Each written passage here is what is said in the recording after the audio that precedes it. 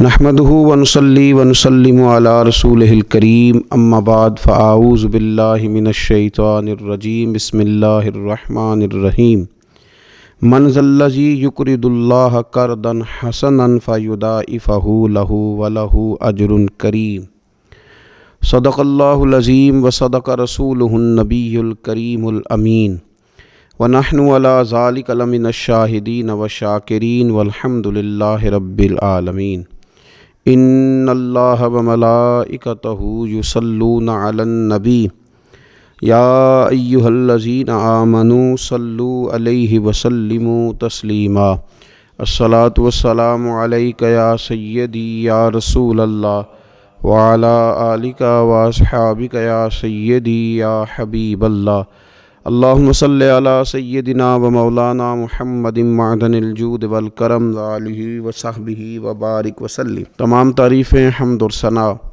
اللہ تعالیٰ جل شانہ کے لیے، اور درود و سلام نبی اکرم نور مجسم شفیع معظم احمد مجتبیٰ جناب حضرت محمد مصطفیٰ صلی اللہ تعالیٰ علیہ وسلم کی ذات والا صفات کے لیے حمد و صلات کے بعد، اللہ تبارک و تعالیٰ نے کچھ انسانوں کو مالدار بنایا ہے اور کچھ کو اللہ تعالیٰ نے غریب، فقیر اور مسکین بنایا۔ اللہ تعالیٰ کی یہ تقسیم اس کی حکمت پر مبنی ہے۔ اب مالک کریم نے یہ فیصلہ فرمایا کہ وہ جن کو اللہ نے اپنے فضل سے مالدار کیا ہے وہ اپنے غریب، مسکین اور کمزور مسلمان بھائیوں کا خیال رکھیں۔ اور اسلام کا حسن دیکھیے، اسلام کا کمال دیکھیے کہ رب تعالیٰ فرماتا ہے تم خرچ کرو گے مسکین پر، غریب پر، اور وہ قرض دو گے تم اپنے رب تعالیٰ کو۔ خرچ اس پر کرو گے اور قرض اپنے رب تعالیٰ کو دو گے۔ ارشاد فرمایا من ذا الذی، کون ہے وہ جو اپنے رب کو اچھا قرض دے، جو اپنے رب کو اچھا قرض دے، قرض حسنا دے، فیضاعفہ لہ، اور پھر اللہ تبارک و تعالیٰ اسے دونا کر کے واپس کرے گا۔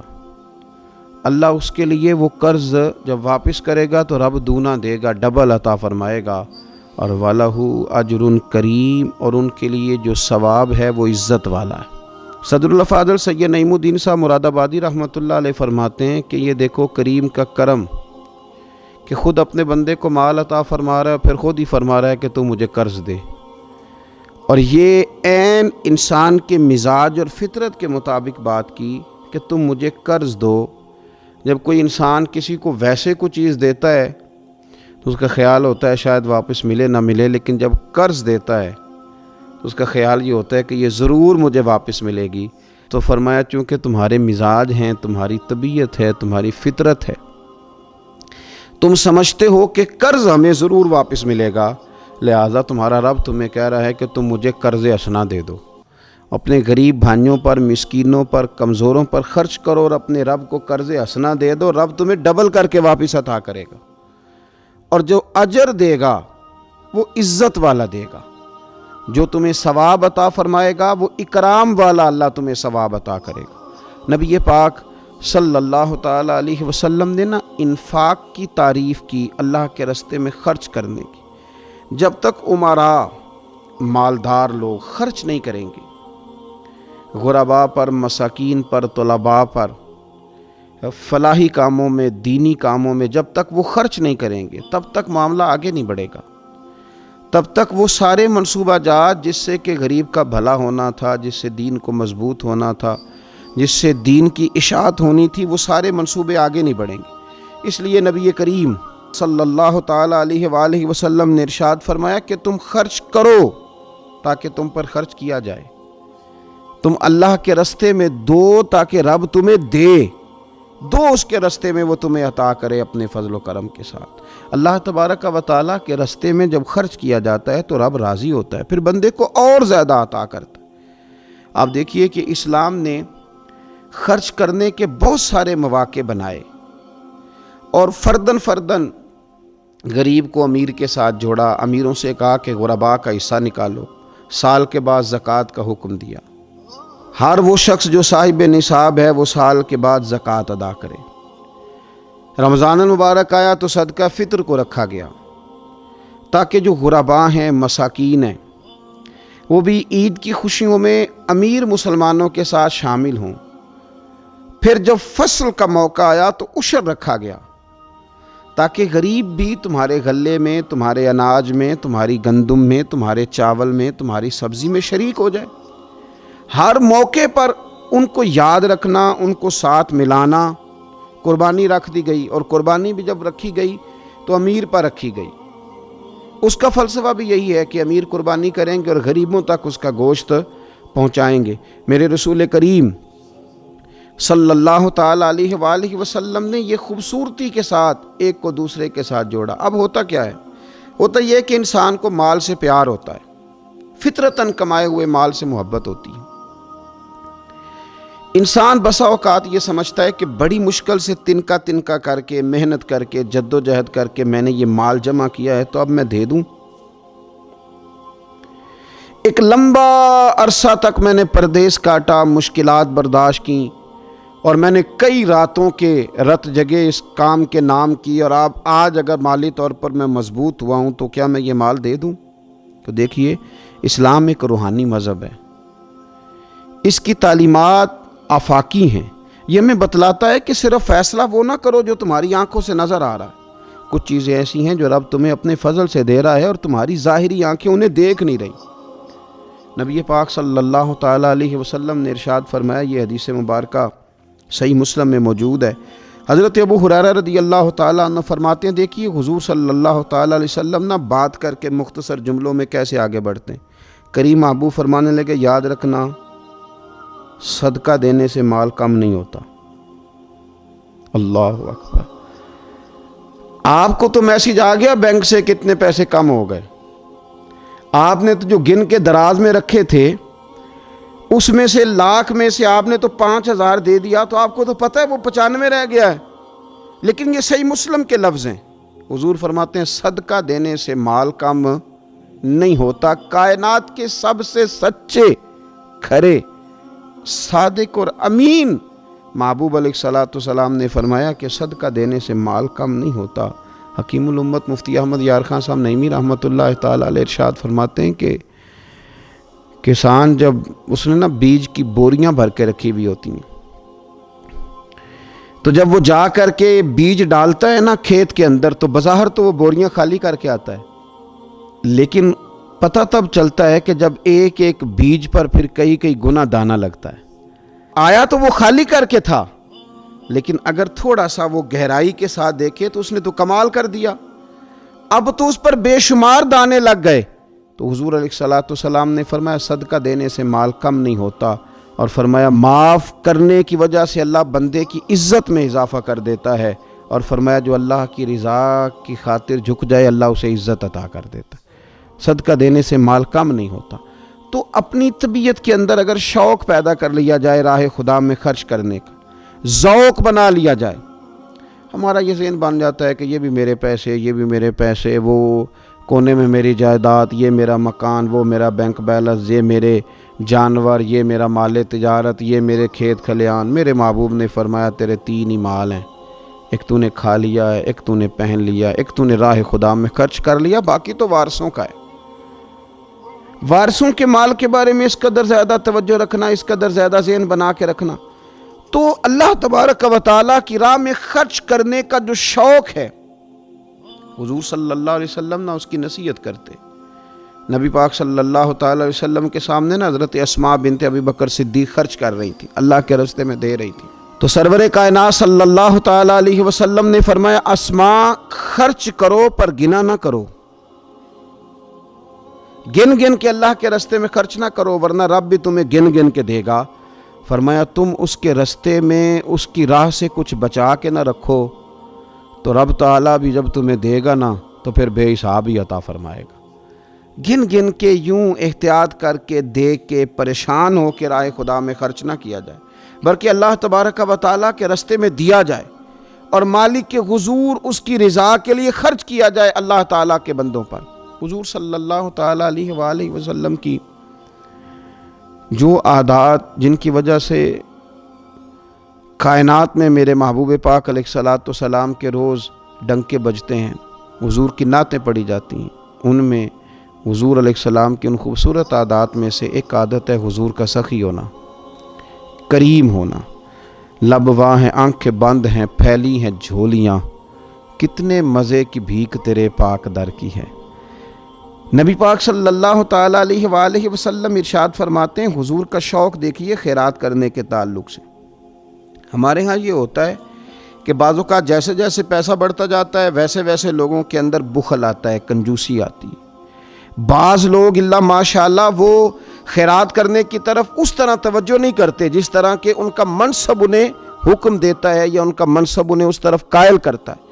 رسول کائنات صلی اللہ تعالیٰ علیہ وآلہ وسلم ارشاد فرماتے ہیں، بخاری مسلم میں موجود ہے، فرمایا اگر میرے پاس احد پہاڑ کے برابر سونا ہو، کلومیٹروں پہ پھیلا ہوا احد پہاڑ، اس کی چوڑائی ہے، اس کی لمبائی ہے، اس کی اونچائی ہے، یعنی پہاڑ کی بات ہو رہی، جن لوگوں نے زیارت کی ہے وہ جانتے ہیں کہ اتنا بڑا پہاڑ۔ حضور فرماتے ہیں میرے غلاموں سنو، اگر میرے پاس احد پہاڑ کے برابر بھی سونا ہو تو فرمایا میرا دل چاہتا ہے کہ 3 راتیں گزرنے سے پہلے پہلے سارا اللہ کے راستے میں خرچ کر دوں، سوائے اس کے کہ جو میں نے قرض دینا ہو، قرض کے لیے بچاؤں گا، باقی میں سب اللہ تبارک و تعالیٰ کے راستے میں خرچ کر دوں گا، 3 راتوں سے زیادہ نہیں گزریں گی، خرچ کر دوں۔ یہ شوق ہے نبی پاک صلی اللہ علیہ وسلم کا سخاوت کے ساتھ۔ حضور پسند کرتے سخاوت کرنا۔ نبی پاک صلی اللہ تعالیٰ علیہ وآلہ وسلم نے اپنے دست مبارک سے ہمیشہ لوگوں کو عطا کیا۔ حضور صلی اللہ تعالیٰ علیہ وسلم خرچ کرنے کی ترغیب دیتے، لوگوں کو رغبت دلاتے۔ ہمارے ہاں پہلی تو بات یہ ہے کہ خرچ کرنے کا ماحول نہیں بنتا، اور اگر بعض لوگ خرچ کرتے ہیں تو بے دلی کے ساتھ خرچ کرتے ہیں۔ اللہ تبارک و تعالیٰ کے راستے میں جب آپ کو دینا ہے، جب آپ کو مالک کے راستے میں دینا ہے تو پھر آپ کو بندہ تھوڑی دیکھنا ہے، پھر تو اللہ کی رضا دیکھنی ہے۔ تو خرچ تو کرتے ہیں لیکن وہ خوش دلی، وہ ذوق، وہ شوق، وہ خوبصورتی ان کی طبیعت میں نہیں ہوتی جو ہونی چاہیے۔ اللہ کے راستے میں خرچ کریں تو اللہ کی رضا کو پیش نظر رکھ کے خرچ کریں۔ پھر خرچ کیا جاتا ہے، صدقہ دیا جاتا ہے، لیکن کب بندہ بیمار ہو گیا، جب تندرست تھا، لاکھوں روپے پڑے تھے، صدقہ کرنے کا خیال نہیں آیا۔ ہزاروں موجود تھے، اس کے دل کی توجہ اس جانب نہیں ہوئی۔ آج بیمار پڑا ہے، کمزوری آ گئی ہے، قریب المرگ ہو گیا ہے، اب اس کا خیال آتا ہے کہ میں کچھ اللہ کے راستے میں دوں، ایک بکرا لو بھی ذرا ذبح کر دو، ذرا تھوڑا صدقہ دے دو۔ کس بات پر؟ کہ میں بیمار ہو گیا ہوں، کس بات پر؟ کہ میں کمزور ہو گیا ہوں۔ اگر آپ صحت کے عالم میں صدقہ کرتے اللہ کو راضی کرنے کے لیے تو وہ کیا خوب تھا۔ وہ ہمارے ایک بزرگ ہیں تو فرمایا کرتے ہیں کہ میں نے جب خرچ کرنا شروع کیا تو میرے ذہن میں ایک بات آئی، اس نے مجھے ابھارا کہ میں اللہ کے راستے میں زیادہ خرچ کروں۔ میرے ذہن میں یہ بات آئی کہ یار جتنا میں اپنے والدین کی طرف سے خرچ کر رہا ہوں نا، میری اولاد بھی میرے بعد اتنا ہی خرچ کرے گی، تو کیوں نہ ایسا ہو کہ ان کے حقوق پورے ادا کر کے، ان کی آسانیوں کا خیال کر کے، جو اللہ تعالیٰ نے مجھے اپنے فضل سے زیادہ دیا ہے اس میں سے میں اللہ کے راستے میں خرچ کروں۔ تو اس شوق کے ساتھ میں نے خرچ کرنا شروع کیا۔ نبی پاک صلی اللہ تعالیٰ علیہ وآلہ وسلم ارشاد فرماتے ہیں کہ کسی بندے کا اپنی زندگی میں 1 درہم خرچ کرنا مرتے وقت 100 درہم خرچ کرنے سے زیادہ بہتر ہے۔ زندگی میں 1 درہم دینا مرتے وقت، یعنی عین بیماری کے عالم میں جب تو خرچ کر رہا ہے تو وہ تو 100 خرچ کرے گا درہم، اور تندرستی میں، صحت میں تو نے 1 خرچ کیا تو اللہ تعالیٰ اس 1 کا ثواب تجھے اس وقت سے زیادہ عطا فرمائے گا۔ یہ حدیث مبارکہ ابو داؤد شریف میں مشکات میں ملے گی۔ حضور فرماتے ہیں صحت کے عالم میں خرچ کر، بجائے اس کے کہ تیری طرف سے کوئی صدقہ دینے جائے تو خود صدقہ دینے جا، اپنے ہاتھوں سے دے اور شوق بنا کے دے اور توجہ کر کے دے، اور تیری طبیعت لگی ہوئی ہو اور تو خود اپنے کندھے پہ رکھ کے جائے، غریبوں کے گھر میں پہنچا کے آئے، اور تو تیرا دل کرے کہ اگر میرے گھر کے اندر گندم موجود ہے پھر کوئی بھوکا نہ سوئے، اگر میرے پاس طاقت موجود ہے کسی کو کپڑا پہنانے کی تو پھر کوئی غریب سردی میں ٹھٹھرتا نہ سوئے، اگر میرے پاس طاقت موجود ہے مکانات بنانے کی، پھر مالک کریم کا کوئی بندہ جس کو میرے رب نے پیدا کیا، اس کی قدرت کا جو شاہکار ہے رسول پاک علیہ السلام کا، کوئی غلام بغیر چھت کے نہ سوئے۔ اگر میرے پاس طاقت ہے تو پھر میرا حال تو یہ ہونا چاہیے نا کہ کسی غریب کی بیٹی اس لیے نہ بیٹھی رہے کہ اس کے پاس جہیز کوئی نہیں، یوں نہ ہو کہ میرے گھر کے اندر تو آدھا کھانا کھایا جائے اور آدھا ضائع کیا جائے، لیکن بہت سارے لوگ ایسے ہیں جو رات کو ترس ہیں کہ کچھ مرضی کا من پسند مل جاتا تو پیٹ بھر کے کھا لیتے۔ سخاوت کا حکم دیا گیا، صحت کے عالم میں خرچ کریں، تندرستی کے عالم میں خرچ کریں، اللہ کی رضا کے لیے خرچ کریں۔ یہ ماحول نہ بنائیں کہ بیمار ہو گیا ہوں تو جا بیٹے صدقہ کر دے، اب میں کمزور پڑ گیا ہوں تو جا بیٹے تو کچھ اللہ کے راستے میں خرچ کر دے۔ ایک شوق ہو، ایک طبیعت ہو۔ نبی پاک صلی اللہ تعالیٰ علیہ وآلہ وسلم کی پیاری زوجہ، ذرا یہ انداز بھی دیکھیے گا، حضرت سیدہ عائشہ صدیقہ رضی اللہ تعالیٰ عنہ فرماتی ہیں کہ ہم چونکہ حضور کی ازواج کثیر تعداد میں تھی تو کبھی نہ نبی پاک صلی اللہ علیہ وسلم سے کچھ سوالات بھی کرتی تھی، اور اس سوالات کے اندر محبت چھلکتی تھی، محبت میں ایک دوسرے سے آگے بڑھنا چاہتی تھی۔ حضرت عائشہ صدیقہ رضی اللہ تعالیٰ عنہ فرماتی ہیں کہ ہم نے عرض کی یا رسول اللہ صلی اللہ تعالیٰ علیہ وسلم، ہم میں سے سب سے پہلے آپ سے آ کے کون ملے گا؟ اس سے مراد ہے وصال کے بعد سب سے پہلے ازواج مطہرات میں آپ سے کون آ کے ملے گا؟ تو حضور صلی اللہ علیہ وسلم نے فرمایا لمبے ہاتھوں والی۔ مشکات میں حدیث موجود ہے، بخاری میں موجود ہے۔ حضرت عائشہ صدیقہ کہتی ہیں حضور نے فرمایا وہ جو لمبے ہاتھوں والی ہے نا، میری اہلیہ، میری زوجہ، مومنوں کی ماں، وہ ملیں گی۔ تو کہتی ہیں حضرت سودا رضی اللہ تعالیٰ عنہ کے ہاتھ لمبے تھے، قد بڑا تھا، تو ہماری نظر یہ تھی کہ حضرت سودا کے بارے میں حضور نے فرمایا کہ وہ ملیں گی، لیکن کہتی ہیں کہ وہ تو ہمیں بعد میں پتہ چلا جب حضرت زینب رضی اللہ تعالیٰ عنہ کا وصال ہوا تو سمجھ آئی کہ لمبے ہاتھوں سے مراد ہاتھوں کا لمبا ہونا نہیں، صدقہ اور خیرات زیادہ کرنا۔ وہ لمبے ہاتھوں والی تھی، مومنوں کی ماں، خرچ کرتی تھی، خیرات کرتی تھی۔ شارحین حدیث نے لکھا ہے کہ وہ اپنے ہاتھوں سے کھالیں رنگتی تھیں، پھر بیچتی تھیں، اپنے لیے نہیں۔ ان کا نان نفقہ تو حضور کے ذمے تھا، اپنے لیے نہیں۔ ان کو تو صحابہ کرام علیہم رضوان وہ ساری ذمہ داریاں حضور کے بعد بھی ادا کر رہے تھے جو حضور سید عالم صلی اللہ تعالیٰ علیہ وسلم کے حقوق رب تعالیٰ نے رکھے، لیکن وہ اپنے دست مبارک سے محنت کرتی، کھالیں رنگتی اور اپنی اولاد پر، مسلمانوں پر خرچ کرتی، ان کا شوق تھا۔ تو کریم محبوب علیہ السلام نے فرمایا یہ مجھ سے سب سے پہلے آ کے ملیں گی۔ حضور کے بعد ان کا وصال سب سے پہلے ہوا حضرت زینب رضی اللہ تعالیٰ عنہ کا۔ او بھائی، اس میں بھی ایک لطیف اشارہ ہے، اس میں بھی ایک خوبصورت اشارہ ہے کہ حضور کا قرب پانے کے لیے سخی ہونا بھی ضروری ہے۔ رسول پاک علیہ السلام کی بارگاہ ناز کے قریب ہونے کے لیے سخاوت کا مزاج ہونا بھی ضروری ہے۔ انسان کے دل کا، اس کی طبیعت کا، اس کے مزاج کا سخی ہونا ضروری ہے، اس لیے کہ اس نے رسول پاک صلی اللہ تعالیٰ علیہ وآلہ وسلم کے قریب جانا ہے۔ اعلیٰ حضرت بریلوی رحمۃ اللہ تعالیٰ نے لکھا ہے، فرماتے ہیں اللہ کے محبوب علیہ السلام اچانک مسجد میں تشریف لائے اور نماز کا وقت ہو گیا، اقامت کہہ دی گئی۔ سرور کائنات صلی اللہ تعالیٰ علیہ وسلم نے اقامت کہی جا چکی تھی، پر حضور باوجود اس کے گھر چلے گئے، تھوڑی دیر کے بعد واپس آئے۔ اب ظاہر ہے صحابہ کے دلوں میں سوال تھا کہ اقامت ہو چکی تھی، حضور کہاں تشریف لے گئے؟ تو حضور نے فرمایا میں مسجد آیا تو میرے دل میں خیال آیا کہ گھر میں تو چند دینار پڑے ہوئے ہیں، تو میں نماز پڑھانے سے پہلے گیا ہوں، انہیں اللہ کے راستے میں خیرات کیا، پھر تمہیں آ کے نماز پڑھائی۔ یار اپنا شوق بنائیں۔ آپ یقین کریں کہ بہت سارے لوگ ہیں جو بہت سارے لوگوں کا خیال رکھ سکتے ہیں، لیکن ہماری نظر اپنے سے اٹھتی نہیں۔ ہم اپنے آپ سے سوچنا شروع کرتے ہیں، اپنے اوپر ختم کر لیتے ہیں۔ اگر بہت زیادہ بڑھ کے سوچیں گے تو اپنی اولاد کا سوچیں گے۔ ذہن بنائیں سخاوت کا، اور رمضان شریف میں خاص کر کے توجہ کریں۔ آپ مساجد کا خیال کریں، مدارس کا خیال کریں، اور خوب خیال کریں، خوب خیال کریں، اور غرباء کا خیال کریں، مساکین کا خیال کریں، کمزور لوگوں کا خیال کریں۔